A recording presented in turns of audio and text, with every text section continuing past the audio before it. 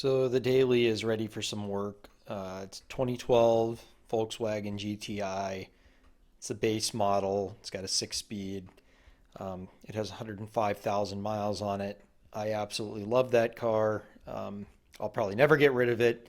It's still all manual. It doesn't have any bells and whistles. It still has real gauges, unlike the newer ones.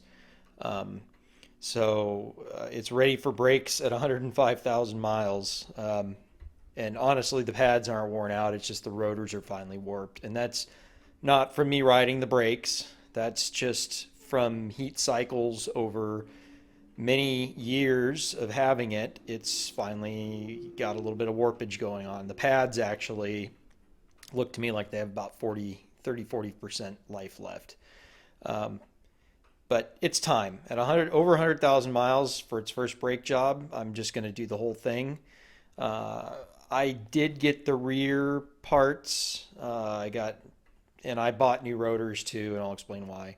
I got pads for both the front and the rear. I got rotors for front and the rear, and it's due for an oil change too. I got new wiper blades for it. I believe in buying OEM parts. Their OEM parts pass different quality assurance. They have different standards that they're built to, and they're held to SAE standards, unlike some of the reproduction or off-brand non-OEM parts. I'm a firm believer in that, and that's my opinion, and I'm welcome to it. So these are genuine Volkswagen rotors. These are the front rotors. I'm not going to turn the old ones. At 100,000 miles, it's just not worth it. I can tell they've got quite a bit of wear on them. The way that these German cars tend to work too is that they wear the rotors quite a bit. It's part of how well they brake. The rotors are a little bit softer material. It also makes it a little bit more grabby. It makes them quieter, but they do wear out. They're warped. 100,000 miles. It's not even worth turning them. It's just you buy the new rotors, and they honestly they aren't that much. I forget what I paid for these. I think for everything to get the oil change, which is, I've got all this from ECS. I think I paid about $600 for all this stuff. And if I got to pay $600 every 100,000 miles, I'd say that's worth it. So I got the front rotors here. There's the other ones underneath here. Oil change comes with the genuine filter, right? The pads, front and rear, are here. And here's the rear rotors. They're a lot smaller and a lot lighter weight. I may not change them because there might not be anything wrong there. Depends on my mood. So at any rate, so we're going to do a full video on this. I'm going to explain in detail doing the brake change or brake replacement on 2012 Volkswagen GTI. So this is the 2012 GTI. We're going to do the brake replacement today. I'd put this, if you're kind of a beginner, I try not to do super beginner stuff. I'm going to kind of assume that you know how to jack your car up. I'm not going to go through all those steps. If you want to know how to jack your car up, something that basic, I'm sure there's about 4 million videos on YouTube. So this is going to be more specific about this. So I'm going to get this thing up in the air. I'm going to take a look at the rears. I know the fronts need to go, like I said before, the fronts are warped. I'm going to jack it up. I'm going to do the driver's side first because I'm going to rotate the tires. It's due for that as well.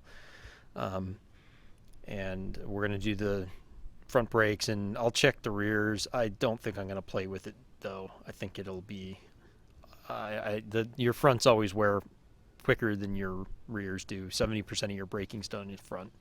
So let's get it up in the air and pull the wheel off, and we'll take a look at it. So we're up in the air now. There's a couple of jack pads, just something specific on this. On the GTIs, it's got a jack pad towards just in front of the rear wheel and just in front. I do have a safety stand underneath on one of the subframe mounts. Can't really see it too well from here, but I don't like putting weight on that joint there. It's not a good place for it. So what I do is I kind of rest it a little bit on the jack stand, and I keep the jack up here on the corner. This car is so stiff, you can jack it up from here. It doesn't tweak anything. It's so stiff you can jack the whole car up from the front corner here. That's how rigid this frame is, or this structure. It's not really even a frame. That's how I do it. You know, there's probably other opinions on that. It doesn't hurt anything. I've been doing that for years. So that's how I jack this thing up. I find an Allen key works best for getting these out. They're kind of a pain in the ass. I'm not going to sit here and show you, but these little caps, they have what looks like a Torx bit in them. It's just for show. Or not a Torx, these E-sockets, I think, but it's silly. You just use an Allen wrench that fits in there so you can get it in there and you can pull it out. Some of them come out easier than others. Some of them will fight you, like this one. This might be the security one. Nope, it's not. It's just a tight one. So a note on this too. I keep this in my glove box. It comes in the car. It's underneath in the trunk, and it's a real pain in the ass to get to. So I prefer to just throw it in my glove box because it's real readily accessible that way. So this obviously fits the security socket, or the security lug bolt that's in here, because these are bolts. They're not studs. It's a German car thing. So keep that handy. It's a 17 millimeter. I've got an electric impact. I've got air, electric, manual. This thing's probably the easiest to drag out, and I don't have to listen to my compressor. It just works fine for this. So I use this to back it out. I'll use it to put them back in. When I do put them back in, I'm probably going to mention this a couple times because people probably wonder. It's not hypercritical, but VW does specify 88 foot-pounds for the bolts. So these get torqued to 88 foot-pounds. So let me pull the rest of these out, and next up the wheel will be off, and we'll inspect the brakes. So the wheel's off. I imagine these pads have probably got 50% of their life left, and this thing's a stick, so I probably, I know I never use the brakes on it. So that's pretty amazing. It's got 105,000 miles on it, and it's 50% of the life is left. But heat cycles, rotor's warped. It's just time for new ones. So because we're changing the rotor, we not only have to take the calipers off, but we also have to take the carrier mount off, or the bracket for the caliper. So I've got to check the size still on the bolts back here. I do recall these are, I think, 66 foot-pounds. So these two have to come off after I get the caliper off. So the caliper's got two 7 millimeter Allen heads. They're hidden behind these plugs. So you pop these plugs out, upper and lower. You can access it. I prefer to use an Allen socket. And a regular Allen wrench is just going to make this hard. Right tools to do the right job. So I'm going to pull these out, then pull this off. And then the only thing that holds this on, which is kind of nice, there's no wheel bearing or anything that you have to deal with. You just have to take this Torx socket. There's Torx bolt that's just simply to hold the caliper, or hold the rotor in place. It's a convenience thing. Makes it a lot easier than trying to fight it without the bolts in here. So that's all there is to taking this apart. The torque for the calipers is German torque spec, so it's a Gutten-Tight. I don't torque these. I've done so many brake jobs. I have a feel for the floating pin. It's actually a floating pin bolt is what it's called, because the caliper's got to float back and forth. I just know how tight to make those. You could probably look that up. I'm not gonna bother. I just know what it feels like. These are 66 foot-pounds. So, and I've got to check. These feel like they're probably, I want to say about 19, but I'll let you know here as soon as I get this apart. So I've loosened the two pin bolts in the rear. The next thing's kind of unique on here is you have to take this. You take this spring off of here, which isn't too hard. You just get a screwdriver and pop that baby out of there, just like that. And they do sell replacements for these. This is in good shape. I didn't buy new ones. I'm just going to reuse them. Not that critical. They're not that old. They're not rusty. So now that I've done that, caliper should just pop out of here now. Maybe. Sometimes you need to take the Allen key and kind of pull the pin. So if you kind of like put a little sideways pressure on it and pull the pin back. I know you can't see it from where I'm at, but that's what I'm doing. And it's just because the pin is hanging up. So stick it in there, get a little pressure on it, and just kind of use the friction to pull it out. There, I got it out a little ways. Now it should pop out of here. Again, maybe not. What am I forgetting here? No, it's just a pin. It is. It's just a pin. They just hang up in there a little bit, and you got to get them, twisting. There it goes. See, now you can see I popped that one out of there a little bit more. Yeah, I didn't do the same with the other. There. All right, so they're definitely out of the way. All right, so when you take these out, just flip it up. That's what I do, because the hose does have a direction and a twist to it. Some people change them and they'll twist it all around, and then that'll actually cause the hose to fail, and you obviously don't want that to happen. So just keep that in mind. Just pay attention to how it's routed when you take it apart, because that's going to be important. I'm going to flip this up. On this side, on the driver's side, and it's a little hard to do this one-handed. It has the brake sensor on there, which I'm going to kind of battle if I don't pop it out of there. And I'm trying to do this one-handed, so I'm going to pop this out because there's springs that hold it in. All right, so let me get this out of here as I'm dropping things, and flip that up. So there. Just flip up the caliper just like that, because we're going to have to push the piston back in because of the wear, right? So we're going to push the piston back in a little ways. So here's the inside pad. As you can see, it's getting closer to the sensor, but it's not. 100,000 miles, it sure doesn't have a whole lot of wear on it. So that's the inside pad, the outside pad. Everything looks very normal here. It's not remotely into any area of concern, but we do it anyways. So next step will be pulling this guy off. And I'm going to disconnect this electrical connector because the pad it's all integrated into the pad. So this connector right here, you use a little screwdriver, and I don't have one here, so I'll have to go grab one. But you can see there's a little thing that you pry up on right here. I actually might even be able to. No, you have to get a screwdriver in there. So you get the little screwdriver in there, and you pop this, and this just unhooks. It's really not all that complicated. So let me go ahead and pull this off of here, and we'll pull the carrier off next. So now that I've got it out, I'll just show you real quick. This is how you use a little, I call them tweakers, a little tiny screwdriver.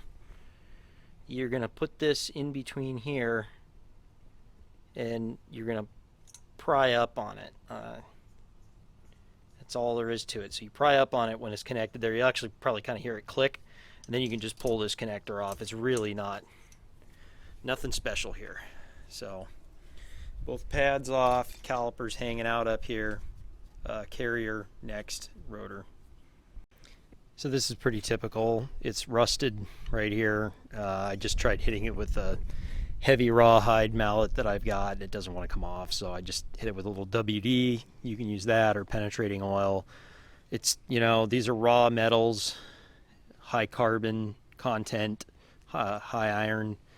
They rust and they get stuck together after this many years. So I've had some of these sometimes. I mean, you got to beat on them with a sledgehammer to get them off. I remember I worked on a friend's town car years ago. The rear rotors, I mean, I had to hook a come-along up to them, tension them, and then beat them off, and they finally came off. It was pretty incredible. So anyways, this is a torque socket. It's a number 30. Make things easy. Torque's number 30. T30, 21 millimeter for the bolts that hold the carrier on. I'm going to say right now, I usually replace all the hardware. I just didn't think about getting these. And these are lock bolts. You can see they're actually a Nord, what you might call a Nord lock style, where they're ridged. So I really probably should replace them, but I'm not going to because that's how I roll. It's okay. It'll be fine. So anyways, yeah, these get torqued to 66 when they go back in. Probably should replace them, but oh well. And here's the carrier. Something important to do on these carriers when you take them off. They get a lot of brake dust and crap in here. Take a wire brush. I usually use brass just because it doesn't damage the machine surface at all. And I just clean these up really well, because that's where the pad's got to float in there. And that can actually make your brake squeal. Like if the pad hangs up in here and it's touching the rotor all the time, that's why you get a squeal. One of the reasons you get a squeal. So make sure you clean these up real well. Use some brake clean. I've got some here in the garage, and I'm going to squirt these down real good and brush them. And then I'm just going to beat on this for the next 10 years to get it off. So we'll be back with reassembly.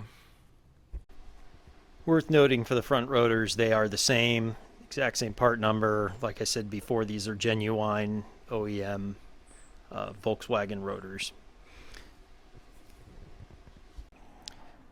New rotors installed. This is just a snug kind of a thing. Don't overdo it. If there is a torque value for it, I don't know what it is because I don't care. It's not. It just needs to be snug. Torque to 66 foot-pounds on these guys right here. I also wire brushed these and cleaned them up. I'm gonna probably scrape that a little bit too and just clean it up a little bit. I usually just put a little bit of white lith on here. Sometimes they say NICs. I don't think it really matters. I don't even know what VW recommends. I've done so many brakes. I just always do them the same way. So put a little white lith on here just to give them something to ride on. Don't overdo it because you don't want it to get on the rotor. You don't want it to get into the pads. It doesn't just burn off. It gets in there and it kind of makes a mess. So just be pretty gingerly with it in here. Then make sure you wipe your paw prints off of here. You don't want any of the oil and crap from all this mess getting on your brakes. All right, so the next thing I'm going to do is I'm going to compress the piston in a little bit. Some people go nuts on this and they compress it all the way back in, and then if you ever added any brake fluid, it just overflows the master cylinder and ends up everywhere. So you look at how much pad material there is gone here. So I don't know, I'm guessing this is about an 8 to 3/16 probably is gone. I'll compare it. That means at the most, you need to move the caliper in 1/4 of an inch to get enough clearance. So don't overdo it. Don't squeeze the thing all the way back in when you don't need to. So it's good to blow these out too. I'm probably not going to do it because I don't feel like it, but it's good to blow out the dirt and stuff. This one's not too bad. I'm old school. I just use a clamp. Some people use a caulking gun. Some people actually buy the tool for it. I don't know. I've used C-clamps for years and they work great. So sometimes what helps, if it's a larger piston, this one's so small I can get it with this big clamp, but a good idea is to take an old pad. You can put an old pad in there and just use that as a pressure plate to push that back in. But I just clamp this guy on here, so kind of hard to do one-handed. I don't believe in tripods, so I'll be back once I've got it compressed. So this is what I mean by gingerly. I use a little acid brush and some white lith. I just put a little bit on here and I just wipe it on there. Different opinions on this, I'm sure. This is my method. It's worked for years. I've never had a problem. So you just put a little bit on there. The driver's side, like I mentioned, it's the only one with a sensor on it. It's not like a Mercedes-Benz where Mercedes has got it on both of them, or I think maybe all four if I recall correctly. They assume that the front left and right are going to wear at an even rate, or typically the driver's side wears a little bit more because there's always weight on that side. So the driver's side will wear faster. So they put the sensor on this side. So these are very simple to install. You just place them in here. It'll kind of hold itself in there by holding on those little hooks that are on there. Actually, I should have done the front one only. The rear one here, it needs to snap into the piston, which is compressed now. But I'm just, as a good demonstration to show you, that's, you can place the pad in here, at least the outside one. Just place it in there. And then this guy is going to snap into the caliper. I picked like the worst video to make, one-handed. So I'm going to snap this together. It's pretty obvious how this goes in here. This thing snaps inside of the piston, and we'll flip it back over on here and we'll bolt it down. Reassembled. So the spring, I find the best way to put it back on. You remember I took it off using the screwdriver and pulling this out of here like this. The best way to get these back on, I think, is to hook it back into the caliper on either side and kind of fold the springs back over the caliper mount. That seems to be the best way to get these back together. And then something else to note, I make mistakes all the time and I don't edit them out and I say that all the time because people learn from them. So I mentioned, if you look at the pad and the pad's worn 3/16, that's how much you need to move the caliper in.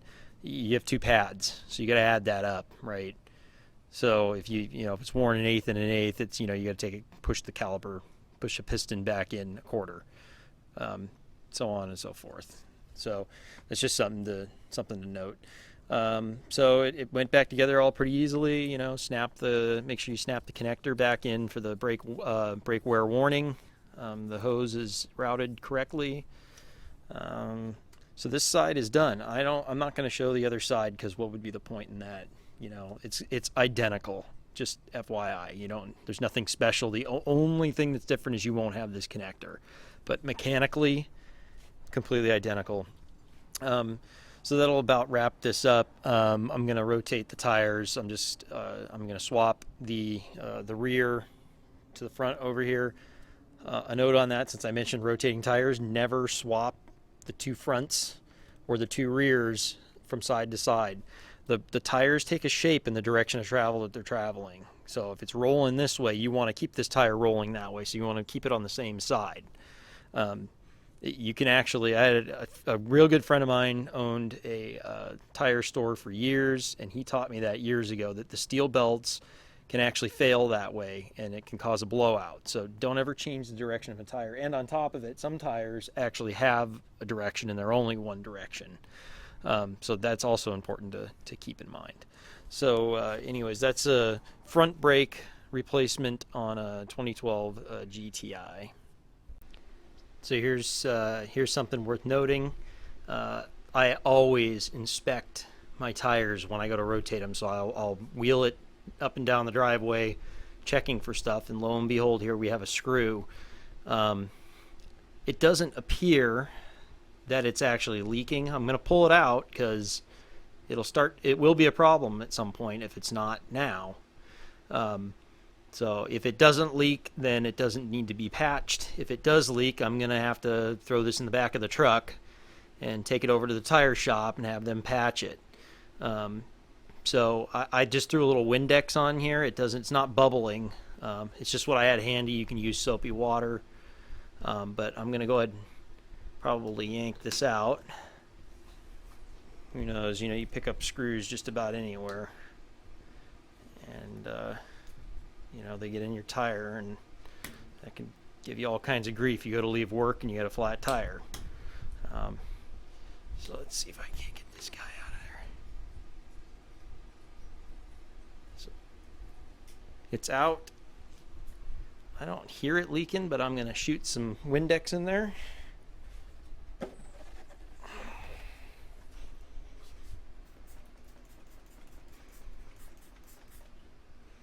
I think I might have gotten lucky. so it's not leaking. All these bubbles are normal for it. You know, it's just if it was leaking, you'd see it foaming. Some good liquid in there. Yep. So we got lucky, but it's something to keep an eye on. So it didn't pierce the inner rubber part of the tire. So you know, make sure you inspect your tires. You know, inspect them every once in a while. You don't always you don't even have to do it. You don't even have to do it when you're doing what I'm doing here. You just make sure you take a look at them every once in a while. You know, because you might have a nail in there.